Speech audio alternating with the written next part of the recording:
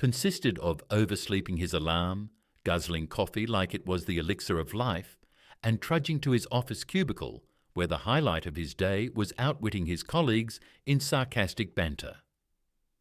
Living alone in a quiet suburban neighbourhood, Curtis prided himself on his independence, or at least that's what he told himself to justify eating cold pizza for breakfast on an otherwise unremarkable Tuesday evening.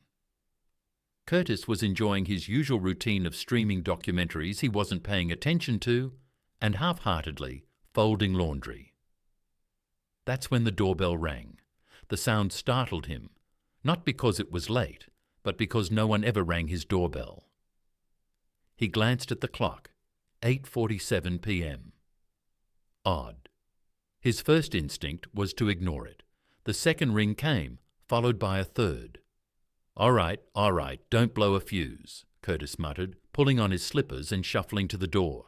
He opened it to find a woman standing on his porch, or at least, she appeared to be a woman. Her skin glowed faintly, like moonlight caught in a bottle, and her large, iridescent eyes shimmered with a strange, otherworldly light. She wore what looked like a silvery jumpsuit adorned with intricate patterns that seemed to shift and flow like water. "Good evening," she said, her voice melodic but thin, with an unsettling precision. "I require sanctuary." Curtis blinked. He half expected cameras to pop out and someone to yell, "You've been pranked!" But no one did. The glowing woman simply stood there, her head tilted slightly, waiting for his response. Sanctuary," he managed, scratching the back of his head. "Yes, I have no place to reside and have chosen your domicile. May I enter?" Curtis's mind scrambled to process what was happening. His first thought was that she might be in some elaborate cosplay, but that didn't explain the glow. His second thought was that he was dreaming, though he was fairly certain he hadn't fallen asleep mid-laundry. "Look, I think you've got the wrong house," he said finally, though his tone lacked conviction. "I do not," she replied firmly. "You are Curtis Ashland, yes?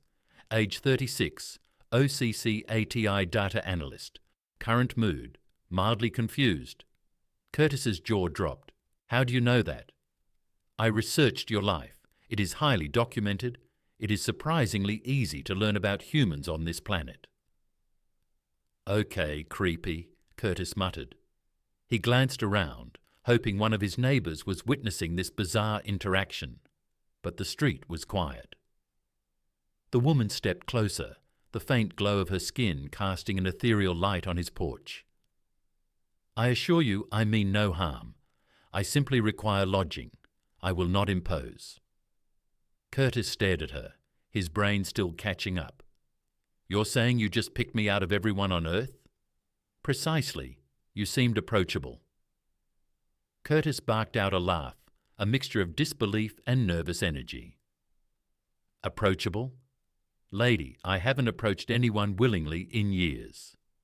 "I am not a lady. I am Letha," she corrected with an air of dignity. "Of course you are," Curtis mumbled. He glanced back into his modest living room, then at Letha again. Against his better judgment, or perhaps because he was curious to see how much weirder this could get, he stepped aside. "Fine, come in. But if you're planning to vaporize me, at least let me grab a beer first." Letha entered with a graceful nod. Her gaze, sweeping over the room, Curtis watched as she studied the cluttered coffee table, the sagging couch, and the mismatched decor. "This is quaint," she said diplomatically.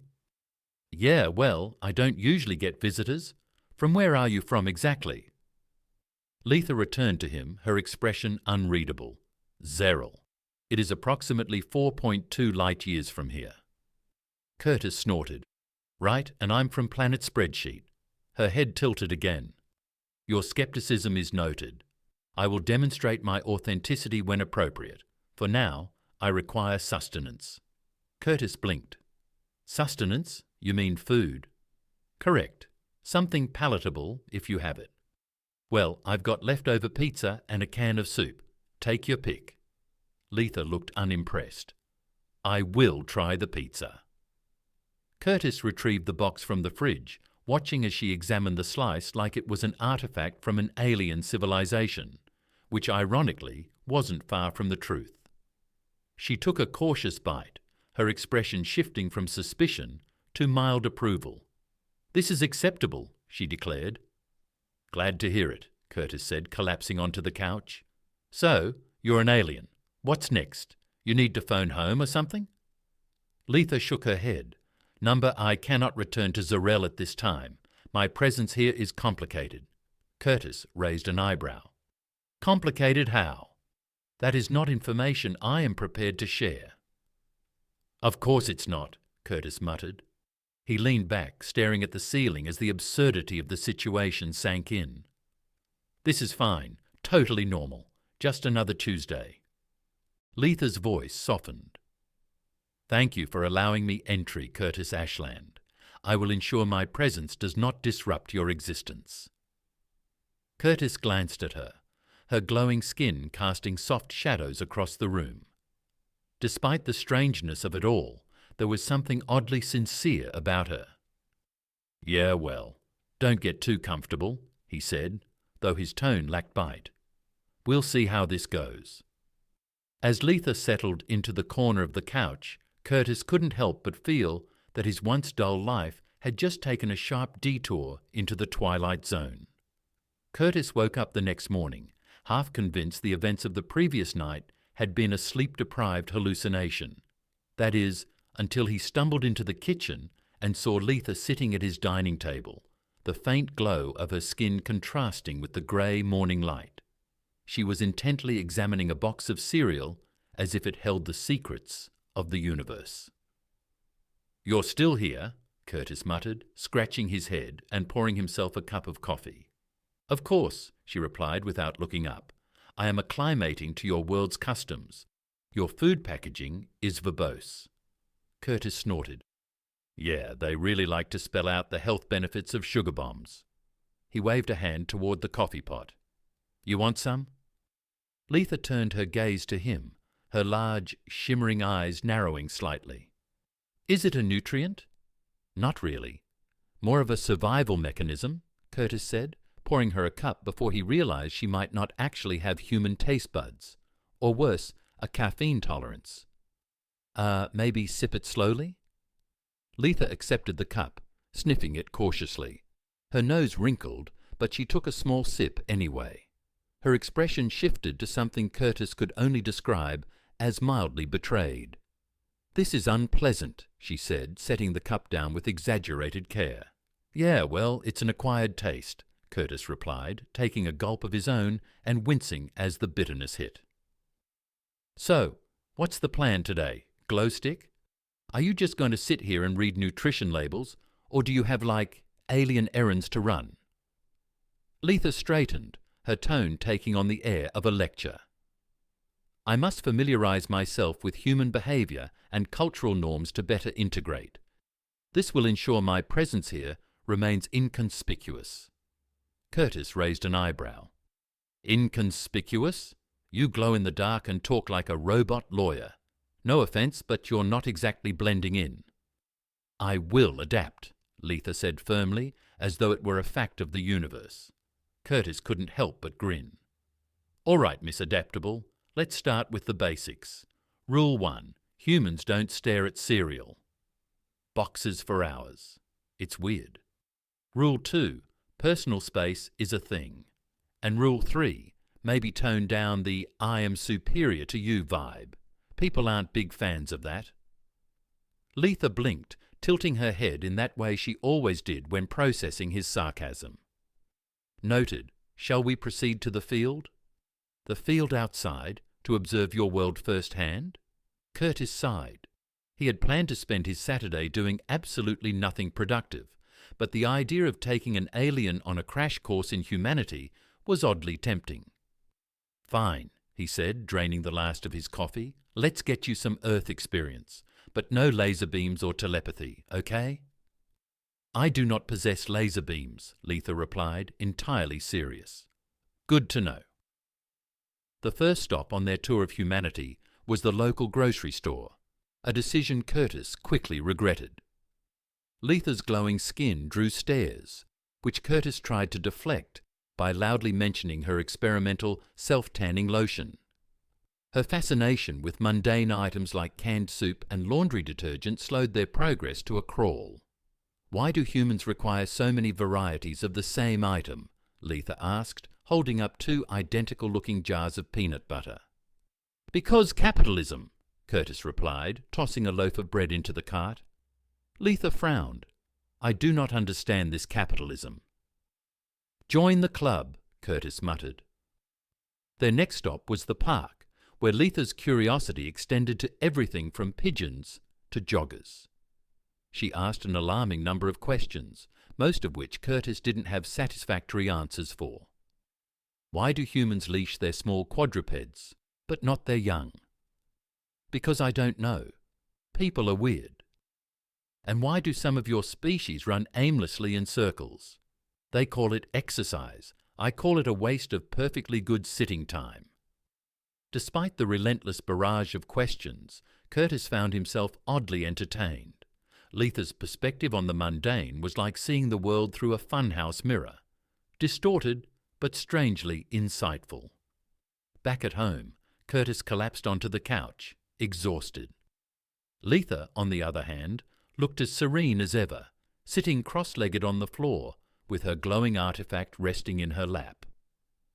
"What's that thing anyway?" Curtis asked, gesturing toward the artifact. "It is a part of me," Letha said after a moment's hesitation. "A connection to my people and my purpose." Curtis frowned. "Sounds heavy." "It is," she admitted, "but it is also vital. Without it, I would not have survived." Curtis studied her for a moment. For all her oddities and formal speech patterns, there was a weight to her words that hinted at a depth he hadn't fully grasped before. "Well, if you need help carrying it, let me know," he said, trying to lighten the mood. Letha looked up, her luminous eyes softening. "You are kind, Curtis Ashland. I chose well." Curtis snorted, leaning back against the couch. "Yeah, well, don't get too attached. I'm not exactly hero material." "We shall see," Letha said cryptically, her lips curving into the faintest hint of a smile. As the evening settled into a comfortable quiet, Curtis couldn't help but feel that his life had taken a sharp turn into the extraordinary, and for the first time in years, he didn't mind the detour. Curtis had just started to feel like he was getting a handle on his bizarre new reality. If you could call sharing your house with a glowing alien woman normal. He'd even developed a kind of rhythm with Letha, whose endless curiosity and unfiltered observations kept him constantly on his toes. But nothing could have prepared him for what she dropped on him one evening over a bowl of spaghetti. "You should know," she said, twirling a noodle with a fork. She was still learning to use that. "I am currently in my species' reproductive season." Curtis froze his fork halfway to his mouth. "You're what now?" Letha looked at him with the calm intensity that always made him feel like a bug under a magnifying glass. "Reproductive season. A biological imperative for the continuation of the Zarel lineage." He set his fork down slowly, trying to keep his voice even. "Okay, so why are you telling me this?" "It seemed pertinent information," Letha replied matter-of-factly. Curtis let out a nervous laugh. "Pertinent? How?" Letha tilted her head, her expression unreadable. "You are my host, and thus my most viable candidate for partnership during this time." Curtis blinked twice. He leaned back in his chair, trying to process what he just heard. "Wait, hold on. Partnership? Like, you mean marriage?" "Yes," Letha said, as though it were the most logical thing in the universe. "It is customary for Zarel females in this phase to identify a suitable mate and formalize the union promptly." Curtis stared at her, his brain spinning like a computer trying to process an error message.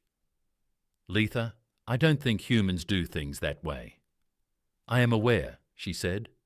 "Your species' courtship rituals are lengthy and often inefficient." "Well, yeah, because it's not just about biology. There's like Emotions and compatibility and I don't know, Netflix preferences? Curtis said, his voice rising in pitch. This isn't exactly a first date kind of conversation, you know. Letha frowned, as though his reaction was completely unwarranted. I do not understand your alarm. It is a logical proposal based on mutual proximity and the fact that I have already established a level of trust with you. Letha, trust me when I say humans don't just marry someone because they happen to share a roof, Curtis exclaimed, throwing his hands up. For a moment, neither of them spoke. The only sound was the faint hum of the refrigerator, and Curtis found himself wishing it would somehow drown out the awkwardness. Finally, Letha set her fork down, her glowing eyes softening. I did not mean to distress you, Curtis Ashland. I understand that your customs differ greatly from mine. Curtis sighed, running a hand through his hair. Look, I get it, okay? You follow your instincts or traditions or whatever, but I'm just a guy who barely knows what he's doing with his own life. You're asking me to... He stopped, shaking his head. It's a lot, okay? Letha nodded, her expression thoughtful. I see now that I underestimated the complexity of your perspective. I will endeavour to respect your boundaries. Curtis leaned back in his chair, relieved, but still uneasy. Thanks. I appreciate that. For the rest of the meal, they ate in relative silence, though Curtis couldn't shake the feeling that Letha's confession had changed something between them. The next morning, Curtis woke up to find Letha in the living room, sitting cross-legged on the floor, with her glowing artifact floating just above her palms. She seemed lost in thought, her usually composed expression tinged with something he couldn't quite place. Morning, he said cautiously, pouring himself a cup of coffee. Letha looked up, her gaze steady. Good morning, Curtis Ashland. He sipped his coffee, standing awkwardly by the kitchen counter. So, about last night. You need not worry, Letha interrupted gently. I have decided to adjust my approach. It is clear that directness may not be the most effective method of communication in this context. Curtis smirked, despite himself. Yeah, you could say that. She rose gracefully, the artifact dimming as she set it aside. However, I feel it is important to clarify that my reproductive season is not merely a personal matter. It carries significant cultural and biological implications for my species. Curtis frowned. What do you mean? Letha hesitated, her calm demeanour faltering for the first time. If I fail to form a union during this time, it will be seen as a failure of my purpose among my people. This would bring great dishonour, not only to myself, but to my entire lineage. Curtis felt a pang of sympathy, though he tried to suppress it with a joke. Wow, no pressure or anything. Letha gave him a small, sad smile.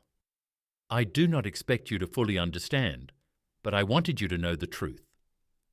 Curtis set his coffee down, rubbing the back of his neck. Look, I don't know what to say. I'm just me. I'm not exactly the hero of the story here, you know? Letha stepped closer, her glow softening. You are more than you believe, Curtis Ashland. That is why I chose you. He opened his mouth to respond, but no words came out.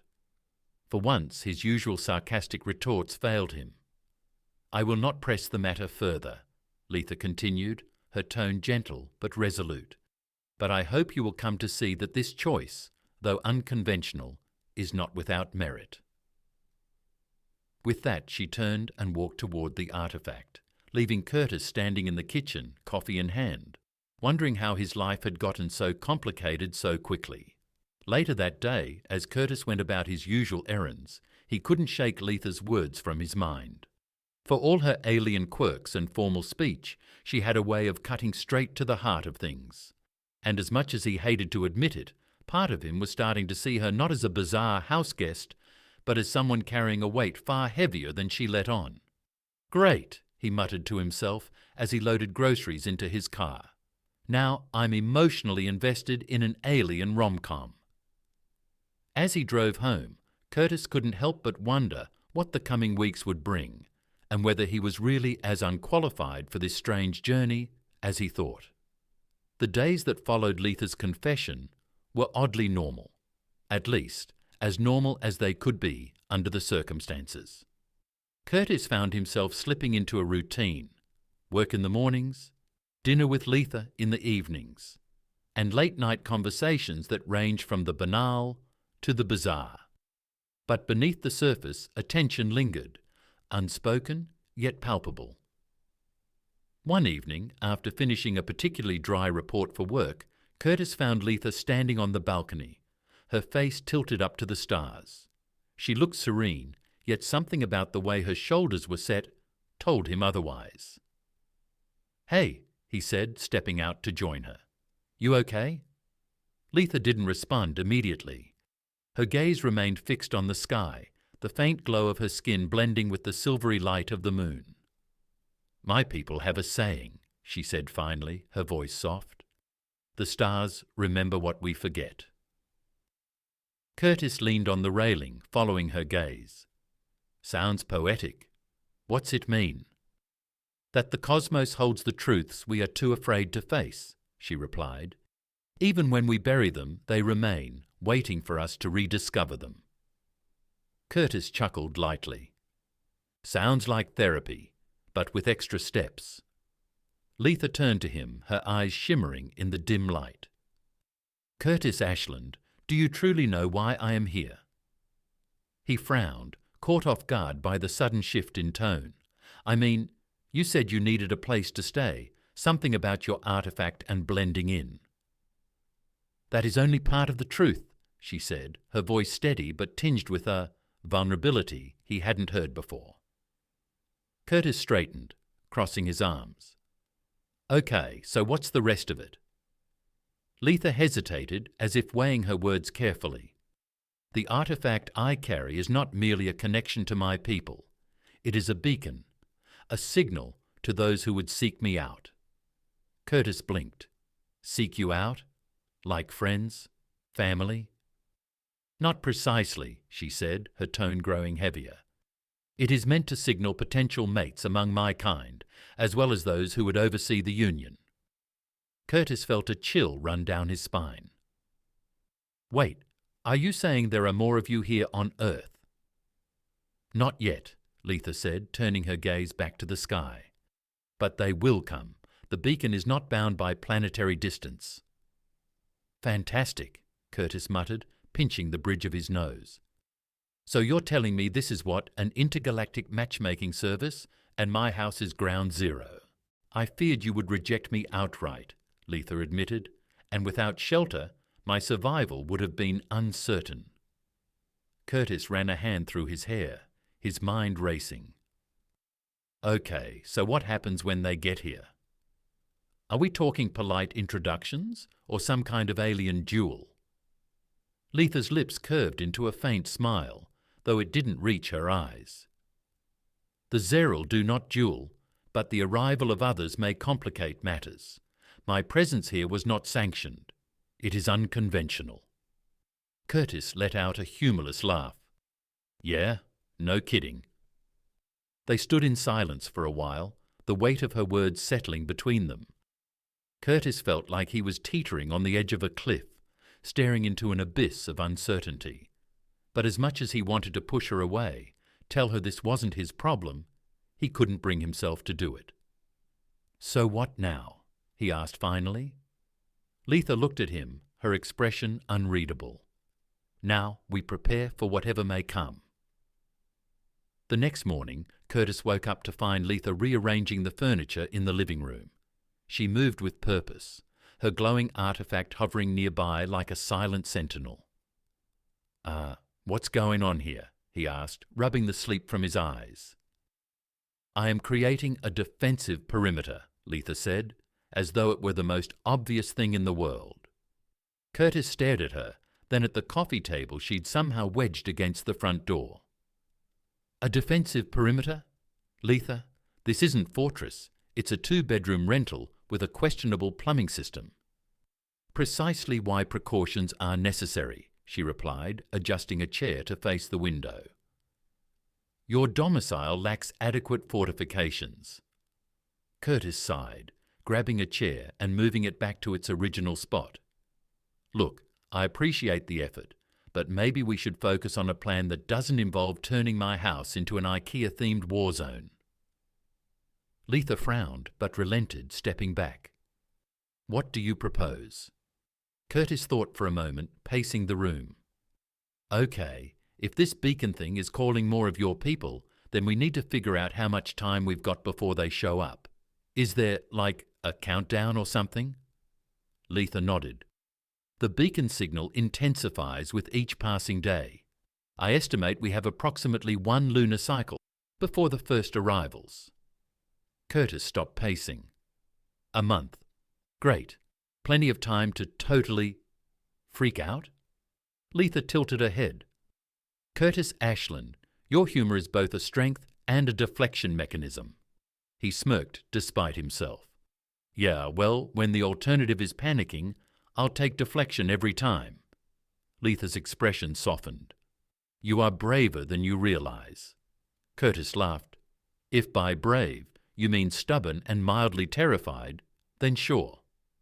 Over the next few days, the house buzzed with an odd mix of tension and preparation. Letha spent hours meditating with her artifact, its glow pulsing softly in the dim light. Curtis, meanwhile, scoured the internet for anything that might help him understand what he was dealing with. Not that alien intergalactic courtship protocols yielded many useful results. Despite the looming uncertainty, Curtis found himself growing more attuned to Letha's presence. Her quirks, once baffling, now felt oddly endearing. And for all her formal speech and unshakable calm, there were moments when he caught glimpses of something deeper, something vulnerable. One evening, as they sat on the couch watching a nature documentary at Letha's request, Curtis turned to her. Hey, he said, his tone uncharacteristically serious. Thanks for telling me the truth about the beacon and everything. Letha looked at him, her eyes shimmering with a warmth he hadn't expected. You deserve to know, and despite my initial doubts, I'm grateful that you have not turned me away. Curtis shrugged, though her words hit harder than he let on. Yeah, well, I guess I've got a thing for stray aliens. Letha smiled, a real, genuine smile, and for a moment the weight of their situation didn't seem quite so heavy. Curtis never imagined his life would become a crash course in intergalactic survival strategy. As the days ticked by, the sense of impending change grew stronger, like a storm building on the horizon. Letha's artifact, once a dormant glow, now pulsed with a rhythmic, almost hypnotic energy, casting strange shadows across the living room.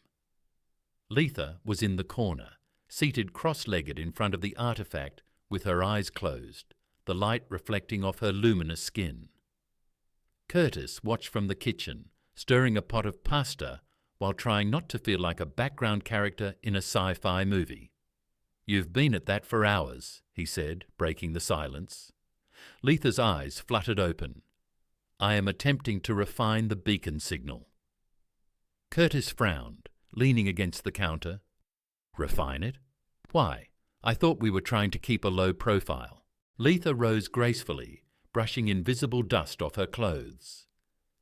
Refining the signal allows me to control its range and intensity. If we are to face those who arrive, it is better to draw them to a place of my choosing. Yeah, because nothing says low profile like an alien rendezvous in my living room, Curtis muttered. Letha tilted her head, a faint smile tugging at her lips. Your sarcasm is noted, Curtis Ashland. Noted and appreciated. I hope, Curtis quipped, though the humour barely masked his growing unease. That evening, Curtis found himself unable to sleep. He lay in bed, staring at the ceiling as 1,000 thoughts raced through his mind. What kind of people or beings would the beacon attract? Would they be friendly? Hostile? And what the hell was he supposed to do when they showed up? Eventually, he gave up on sleep and wandered into the living room, where Letha was still sitting near the artifact. The glow bathed her face in a soft, ethereal light, and for a moment Curtis hesitated, struck by how serene she looked. "Couldn't sleep?" she asked without opening her eyes. "Yeah, something about impending alien visitors has that effect," Curtis replied, flopping onto the couch. Letha opened her eyes, her gaze calm but knowing. "You are afraid," Curtis sighed. "Wouldn't you be?" "I am concerned," she admitted, "but fear is unproductive. It clouds judgment and diminishes resolve." Curtis gave her a skeptical look. "Okay, but you're like a super-advanced alien with glowy magic tech. I'm just a guy who struggles to keep his plants alive." Letha smiled faintly. "You underestimate yourself, Curtis Ashland. Your capacity for adaptability and resilience is remarkable." Curtis snorted. "If by adaptability you mean my ability to make bad jokes under pressure, then sure." Letha leaned forward, her expression serious. "You are more than you believe. Your wit and humanity are not weaknesses. They are strengths. They remind me of why I chose this place, this moment, to seek refuge." Curtis felt his cheeks heat up, and he quickly looked away. "Yeah, well, don't get all mushy on me now. We've got bigger things to worry about." Letha studied him for a moment, then nodded. "Indeed." The first sign of trouble came the next morning. Curtis was on the balcony, sipping his coffee and enjoying the rare peace of a quiet sunrise, when a strange hum filled the air. It was faint at first, almost imperceptible, but it grew louder, resonating in his chest like the deep bass of a concert speaker. He set his mug down and turned toward the source of the noise, his heart sinking as he spotted a shimmering distortion in the sky. It looked like heat waves on a summer day, except it was moving against the wind, growing larger with each passing second. Letha," he called, backing into the apartment. She appeared in the doorway, her expression sharp and alert. "What is it?" Curtis pointed toward the distortion. "I think your guests are early." Letha's eyes narrowed, and she stepped onto the balcony, her glow intensifying as she raised her hand toward the artifact. The distortion in the sky rippled, and a faint, otherworldly sound echoed through the air, a mix of chimes and whispers that made Curtis's skin crawl. "They are here," Letha said, her tone calm but tense. Curtis swallowed hard. "Okay, so what do we do?" "We wait," she replied, stepping back inside, "and we prepare for their arrival." "Wait, that's your plan?" Curtis asked, following her into the living room. Letha turned to him, her expression resolute. "To act prematurely would be unwise. We must first determine their intentions." Curtis threw up his hands. "Great. So we're just going to sit here and hope they're friendly." Letha's gaze softened. "I will not let harm come to you, Curtis Ashland. You have my word." He wanted to believe her, but as the hum outside grew louder, his doubts weighed heavily on his mind. By midday, the distortion had settled above a nearby park, casting an eerie glow over the area. Curtis and Letha watched from the balcony, their tension mirrored in the silence between them. Finally, a shape began to emerge from the distortion, a sleek crystalline structure that hovered several feet above the ground. It pulsed with light, its surface shifting like liquid glass. Curtis felt his stomach drop. "That's not a spaceship, is it?" Letha shook her head. "It is a transport vessel. It carries only a small number of individuals." Curtis stared at the vessel, his pulse racing. "Okay, so what now?" Letha turned to him, her expression calm but determined. "Now we make contact." Before Curtis could protest, she stepped forward, her artifact glowing brightly as she extended her hand toward the vessel. A beam of light shot out, connecting the artifact to the vessel, and the air around them seemed to hum with energy. Curtis stood frozen, his mind screaming at him to do something, anything, but his body refused to move. The beam of light faded and the vessel opened, revealing 3 figures clad in flowing, iridescent garments. Their faces were obscured by translucent veils, but their presence was undeniable. Regal, otherworldly, and intimidating. Letha stepped forward, her posture straight and unyielding. "I am Letha of the Zerl. State your purpose here." One of the figures stepped forward, their voice resonated like a chorus of bells. "We have come in response to your beacon. You know the protocols." Curtis felt a cold sweat break out on his forehead. Whatever was happening, it was about to get very real. The three Zerl figures stepped forward, their veils glinting in the late afternoon sun, and Curtis instinctively took a step back. There was something, here is your text, with punctuation added, disconcerting about their presence. Not threatening exactly, but unshakably alien. Letha, in contrast, remained composed, her glowing artifact pulsing faintly at her side. Curtis could only marvel at her calm demeanour as she met the visitors with unwavering poise. The figure at the centre, slightly taller than the other, spoke first, their voice carrying a melodic resonance. "Letha of the Zal, your beacon was unexpected. You stand outside the parameters of our established territories. Explain your presence on this world." Zira inclined her head slightly, her tone measured.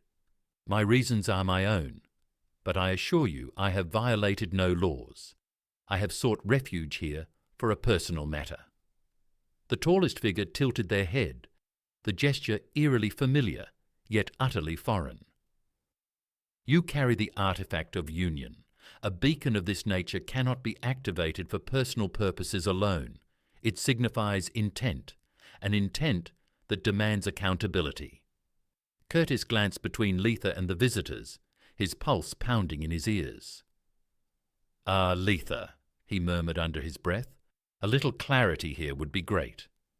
The leader's attention shifted to Curtis, their veiled face turning toward him with unnerving precision. "And this human? What is his role in this matter?" Letha stepped forward slightly, shielding Curtis with her body. "He is my host. His involvement is incidental." Curtis snorted, unable to suppress his frustration. "Incidental? I'd say getting dragged into intergalactic drama is a little more than incidental, wouldn't you?" Letha cast him a warning look, but there was a glimmer of something else in her expression, perhaps gratitude for his humour in the face of danger.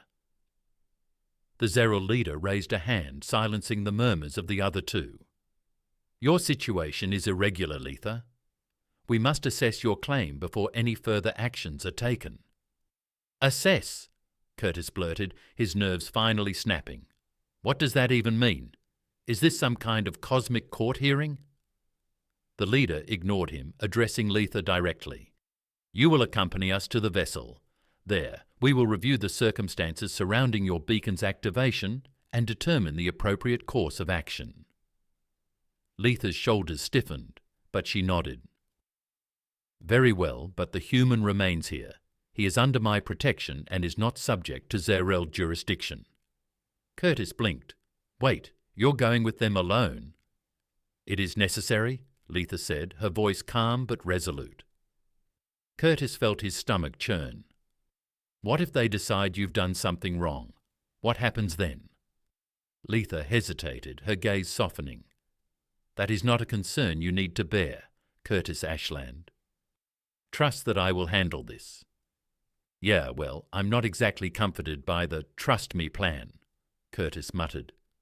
The Zeril leader gestured toward their vessel. "The deliberation must begin without delay." Letha turned to Curtis, her expression unreadable. "I will return."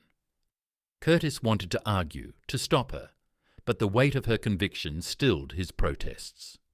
He watched helplessly as she followed the Zeril into their shimmering vessel, the artifact hovering at her side.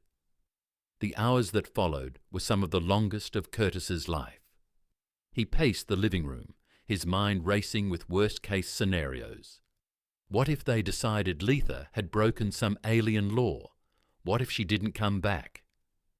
He tried distracting himself with TV, but even his favourite sitcoms couldn't hold his attention. Eventually, he gave up and sat on the balcony, staring at the now dim distortion in the sky where the vessel had disappeared. It was nearing midnight when the hum returned, faint at first, but growing steadily louder. Curtis bolted to his feet, his heart pounding as the vessel reappeared in the same spot it had occupied earlier. Moments later, Letha emerged, her posture as composed as ever. She descended gracefully from the vessel, the artifact dimmed, but still hovering at her side. "Letha," Curtis called, rushing to meet her. "What happened? Are you okay?" She nodded, her expression calm but weary. "The deliberation is complete. I have been granted provisional clearance to remain here under certain conditions." Curtis exhaled sharply, relief washing over him. "Okay, great. And the conditions?" Letha hesitated, her gaze flicking to the artifact. "The beacon must remain active, but its signal has been restricted to this region. This will minimize the likelihood of additional arrivals." Curtis raised an eyebrow.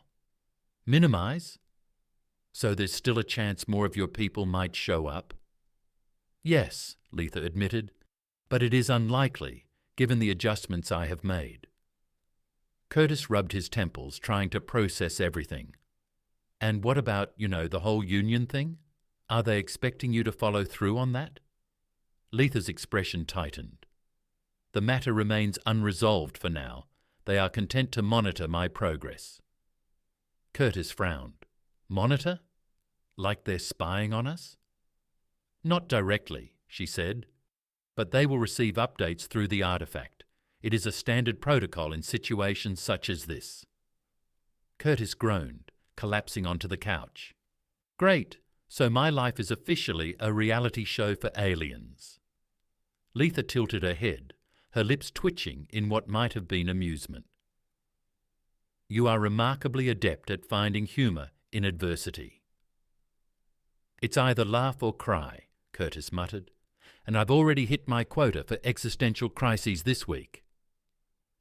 The next morning, Curtis woke to the smell of something savoury wafting from the kitchen. He stumbled out of his room to find Letha at the stove, expertly flipping what looked like pancakes. "Are you cooking?" he asked, rubbing his eyes. Letha glanced over her shoulder. "I observed you preparing meals and wished to attempt it myself." It seemed grounding. Curtis chuckled, grabbing a plate. "Well, you're full of surprises."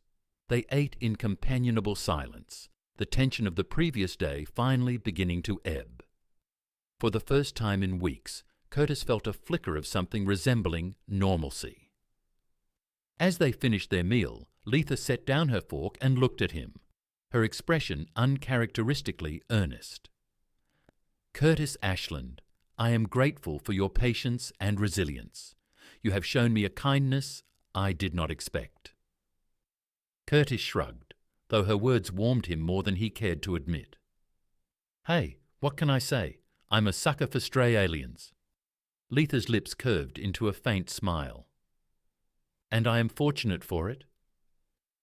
For a moment, the world felt quiet, the storm of uncertainty receding into the distance. But even as they shared a rare moment of peace, Curtis couldn't shake the feeling that their story was far from over. The days following Letha's encounter with the Zarel delegation settled into a tenuous calm, though the air in Curtis's small apartment was thick with unspoken questions. The artifact, now emitting only a faint pulse, rested on its pedestal in the corner of the living room like a silent sentinel. Letha seemed different, more focused, but also quieter. Curtis couldn't decide if it was the weight of the Zarel's conditions or something deeper. For his part, he was growing more accustomed to the bizarre reality of sharing his space with a glowing alien whose mere presence made his Wi-Fi unreliable. One morning, Curtis found Letha standing on the balcony, gazing at the horizon. The sunlight caught the faint shimmer of her skin, making her look almost otherworldly. He approached cautiously, holding 2 mugs of coffee. "Penny for your thoughts?" he asked, handing her a mug. She accepted it with a nod of thanks. "I have been contemplating the nature of choice." Curtis leaned against the railing. "Heavy topic for a Tuesday morning. What brought that on?" Letha's gaze remained fixed on the sky. The Zeril expect me to fulfill my role as a bearer of the artifact, to seek a union and ensure the continuity of my people. Yet my time here has shown me that choice is not always a matter of duty or expectation.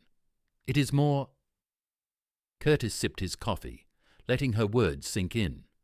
Yeah, choice is messy like that. It's not just about what's expected, it's about what feels right. Letha turned to him, her expression unreadable. And what feels right is rarely simple. Curtis chuckled. Truer words, my friend, truer words. Later that day, the artifact began to hum, a low, steady vibration that set Curtis's nerves on edge. He and Letha exchanged a glance and she moved to the pedestal, her movements deliberate and controlled. The artifact is signalling, she said, her tone even but tense. Signalling what? Curtis asked, his stomach twisting. Letha placed her hands on the artifact, her glow intensifying. It is responding to a convergence of energy, a culmination of the choices we have made. Curtis frowned. Okay, that sounds ominous. Should I be packing a bag or something? Letha didn't answer immediately. Her focus was entirely on the artifact, her expression a mix of concentration and something else. Hope, perhaps. After a moment, the artifact emitted a beam of light that filled the room, creating a holographic display. It showed the Zeril delegation, their veils shimmering like liquid starlight. Letha, the leader said, their voice resonant, the artifact has reached its decision. Have you? Curtis froze, his heart pounding. What decision? He whispered. Letha turned to him, her expression calm but resolute. The artifact has assessed the viability of this arrangement. It recognizes your role in this process, Curtis Ashland. My role? Curtis's voice cracked. What role? I'm just a guy with a questionable sense of humour in a small apartment. The Zeril leader's gaze seemed to pierce through the hologram. The artifact has chosen you as Letha's counterpart. Your connection has strengthened its resonance and ensured its stability. This bond cannot be ignored. Curtis blinked, his mind reeling. Wait, what? You're saying we're supposed to... Letha stepped forward, her voice gentle but firm. The union is not merely a ritual, it is a partnership, a merging of strengths. It requires trust, understanding, and choice. Curtis felt the weight of her words settle on his shoulders. And you're okay with this? With me? Letha's expression softened, a rare vulnerability shining through. Curtis Ashland, you have shown me kindness, humour, and resilience in the face of the unknown. I could not ask for a better partner in this endeavour. He stared at her, the magnitude of the moment pressing down on him. Then, with a shaky breath, he smiled. Well, if we're doing this, I guess I'd better start reading up on intergalactic marriage customs. Letha's lips twitched into a faint smile. Your humour remains unexpected. Yeah, well, get used to it, Curtis said, his voice steadier now. Looks like you're stuck with me. The days that followed were a whirlwind of preparation. The Zeril delegation provided guidance, outlining the responsibilities and rituals involved in the union. Curtis struggled to keep up with the alien terminology and customs, but Letha was patient, her calm demeanour anchoring him in the chaos. When the day of the union arrived, the apartment was transformed. The artifact radiated a warm golden light, and the air was filled with a faint melodic hum that seemed to resonate in Curtis's chest. Letha stood before him, her usual calm replaced by a quiet intensity. She wore a flowing garment of iridescent fabric that shimmered with every movement, and Curtis couldn't help but stare. You clean up well, he said, trying to lighten the mood. Letha tilted her head, her lips curving into a small smile. As do you. Curtis glanced down at his hastily tailored suit. Yeah, well, I wasn't sure if this was black tie or space tie. The ceremony itself was unlike anything Curtis had ever experienced. The artifact projected a field of light that enveloped them, and the Zeral leader's voice echoed around them, reciting words in a language Curtis didn't understand but felt in his bones. When it was over, Curtis felt a strange warmth in his chest, a sense of connection that defied explanation. He looked at Letha, and for the first time he understood the depth of what they had created together. In the days that followed, life began to settle into a new rhythm. The artifact, now dormant, rested in the corner of the living room, a silent testament to the journey they had undertaken. Curtis and Letha found a balance, their partnership evolving into something deeper and more profound. There were challenges, of course, misunderstandings, cultural differences, and the occasional alien hiccup, but they faced them together, their bond growing stronger with each passing day. One evening, as they sat on the balcony watching the sunset, Curtis turned to Letha. "So, what now? Do we just live happily ever after?" Letha considered his words, her gaze thoughtful. "Happiness is not a destination, Curtis Ashland. It is a journey, one we will navigate together." Curtis smiled, raising his glass in a mock toast. "Here's to the journey, then." Letha raised her own glass, her smile, soft but genuine, to the journey. And as the sun dipped below the horizon, painting the sky in hues of gold and crimson, Curtis felt a rare and undeniable sense of peace. Their story wasn't perfect, but it was theirs, and that was more than enough.